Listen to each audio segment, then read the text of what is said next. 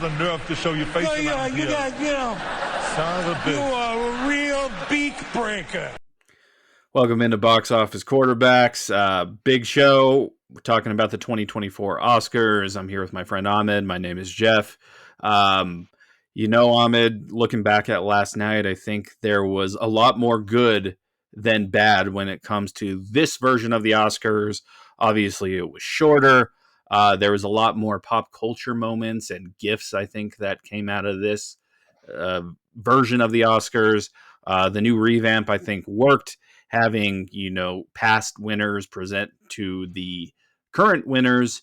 What were your initial thoughts of what we saw last night? There's a lot of nostalgia with Juan, presenting the supporting actor award to Robert Downey Jr., Robert Downey Jr. getting his flowers, and of course Christopher Nolan finally getting his big flowers. It was just all around nice. Miyazaki winning, and didn't your favorite get nominated, or didn't it win? Godzilla. Yep. Godzilla -1. Ooh, and this is not from Godzilla -1, but you get the drift. Yes, I was very excited, not only for I was very excited for not only Godzilla winning, but the whole presentation of that moment where it was Arnold Schwarzenegger, Danny DeVito calling out Michael Keaton Batman, then presenting an award to Godzilla -1 and them carrying their Godzilla figures up on stage. It was very curated to me. Let's just say that.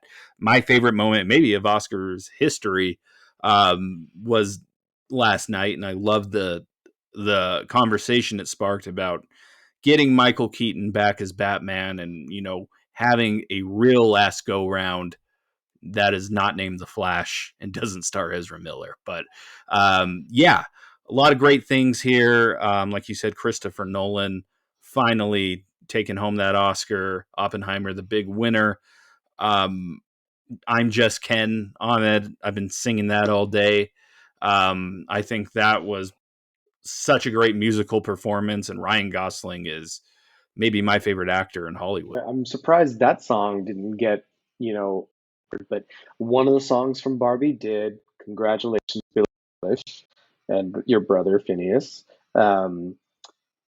It was all pretty cool. It was nice. I think the highlight for me was John Mulaney, and a lot of people were saying they would have loved to see him host the Oscars. I think John Mulaney could bring that kind of uncomfortable humor too.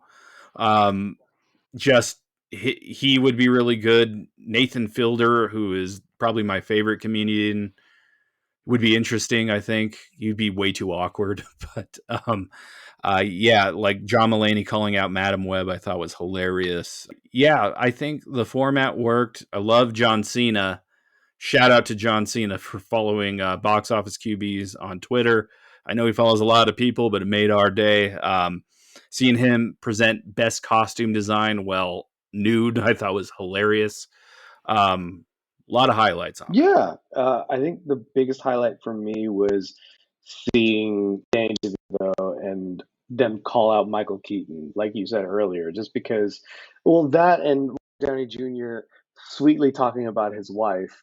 And I looked over to my wife and I said, "You're my veterinarian." And what a sweet comeback story for him. He's so important to our generation because of Tony Stark. And, Tony Stark, you can say, was one of the most consequential castings in Hollywood history. Robert Downey Jr. was kind of on the outs in Hollywood before that happened. Kevin Feige took a chance, and the rest is history. He is an Oscar winner. He's an A-list star. Me and Ahmed were talking earlier. He is the billionaire playboy philanthropist that he portrays on screen. He's a great Hollywood icon, and I was very happy for him and Cillian Murphy. Just across the board, I think this was kind of a home run.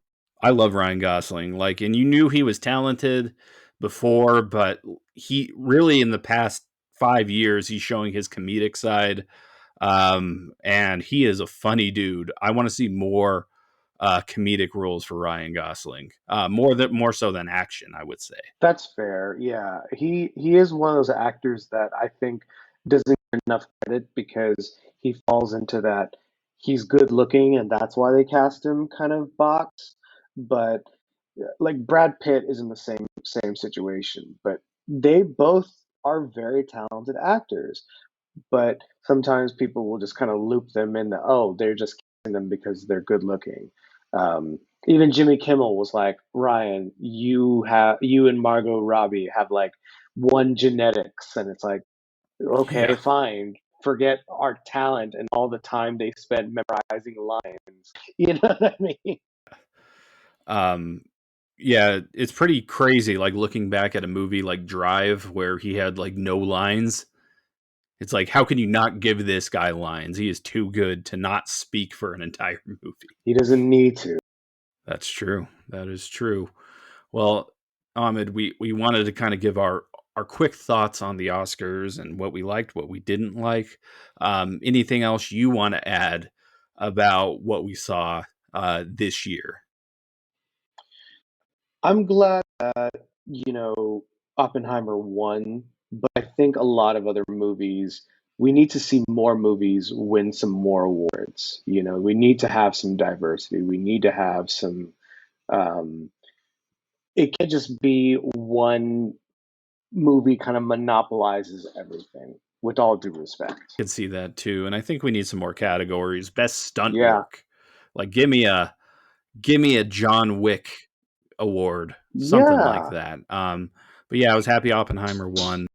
Yeah, there was a lot of good movies last year, so it'll be interesting to see if they follow this format going forward. I think they will.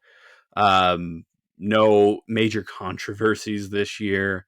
I think they played it a little safe last year after the slap. So, all in all, I think it was a step in the right direction.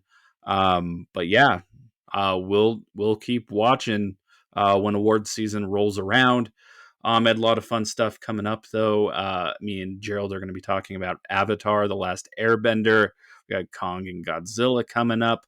But yeah, another fun edition of Box Office Quarterbacks. My name is Jeff. That's my friend Ahmed. We will talk to you guys very, very soon.